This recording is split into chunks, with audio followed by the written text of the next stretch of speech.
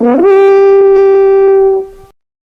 going on, everyone? Welcome back to Skull Network. My name is Nick, and today's video is inspired by an article that the Minnesota Vikings sent out on their email list. It was an article talking about a Pete Prisco mock draft and hypothetically Trey Lance falling to the Minnesota Vikings at number 14. Now, before I say anything about this, I do think this is extremely unlikely and not super realistic, but it did give me an idea for a video. Today we're going to talk about what exactly the Vikings could or should do if Trey Lance falls to their lap at pick number 14. Now, as we know, Trey Lance is coming out of NDSU and is one of the top quarterbacks projected to go in the 2021 draft. He is expected to go generally within the top 10, but some experts have him falling a little bit farther than that. And as I said before, Pete Prisco says he could fall to the Minnesota Vikings. Now, for starters, if he is there at 14, there is going to be that crowd that says, we don't have a lot of time left with Kirk, we need to go and draft Trey Lance. I completely get their reasoning and all that, but here's my thing. There are so many bigger needs surrounding this team when it comes to the defensive line, the offensive line, the secondary, thinking about the future in some of those positions, and thinking about who we're going to lose in the upcoming years. So while I get the idea of taking Trey Lance if he's there, I feel like there is just a way better option. That being option number 2, trading back in the first round. There's so many teams that could be potential trade partners with the Minnesota Vikings if Trey Lance is somehow available at that point. For starters, New England is just one pick behind us at number 15, and a lot of mock drafts have them taking Mac Jones if he falls that far, which a lot of them say he will. But if Trey Lance is there, the Patriots have to realize that there's a realistic chance the Vikings could take him, and realistically, they could offer us a pretty decent package to get the guy that they want. Then you can think about a team like Miami at 18. Obviously, Tua didn't show us much in the 2020 season,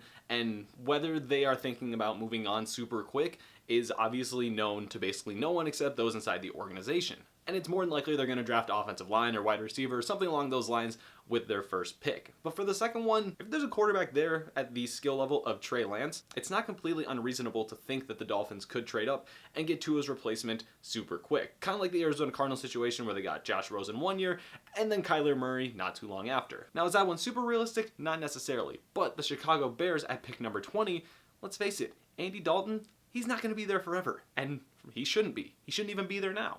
And I know that interdivision trades don't generally happen and they're not necessarily a smart idea to let another team in your division trade up. But I mean, if you can get a really good haul from Chicago, hypothetically speaking, it makes a little bit of sense. I mean, the Chicago Bears and their front office have made some pretty poor decisions this offseason already, franchise tagging Allen Robinson and signing Andy Dalton instead of, literally anybody else. Maybe they could give us a bigger haul than we really deserve at pick number 14 if they want to trade up and get someone like Trey Lance. You could also realistically look at a team like the Washington football team because Ryan Fitzpatrick, while he is fun to watch, his career is not going to be lasting very much longer. And Taylor Heineke, while he did play well in the playoffs this past season, it's obviously to be determined whether he's going to be able to be a viable starter in this league. I don't put it at a very high chance. And Washington is at a very comfortable spot for trading back for the Vikings, at least in my mind. And if you want to talk about extremely unlikely, which we will for a second because this is all speculation and it's kind of just for fun, Tampa Bay. Yes, Tom Brady signed his extension this past offseason, but it's obviously not the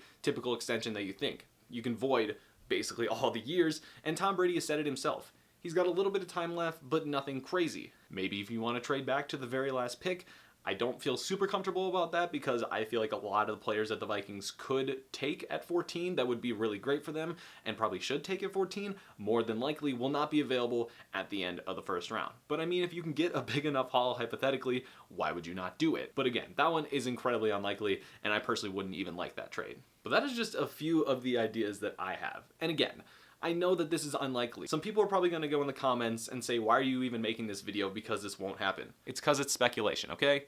Let me speculate if I want. That's what we all do. NFL experts, anyone that reports on the NFL, all speculation, guys, okay? It's just for fun. But again, I understand that Kirk Cousins, the man, may not be around forever. He's got 2 years left. Could be very, very expensive by the time he wants to renew his contract. And who knows, he could be gone before the 2022 season if you can make a deal for him with another team. So if Trey Lance is there, you know what, Rick Spielman, you can go ahead and take him, but I might frown upon it just a little bit. But let me know your guys' thoughts on this. If Trey Lance is there at 14, what do you think we should do? Should we try and get a good trade package? Or should we just take the guy? Let me know down in the comments below. And that's gonna wrap up this video, guys. If you guys are new to the channel, make sure you hit the button down below to subscribe. And if you enjoyed this video, make sure you give it a like as well. If you guys want to share this video with anyone and stir up more conversation, then you can do that with anyone on any platform. And if it's a crack dealer on the corner, that's your guys' best option. You guys already know. My name is Nick, and I will see you guys all in the next video. Adios.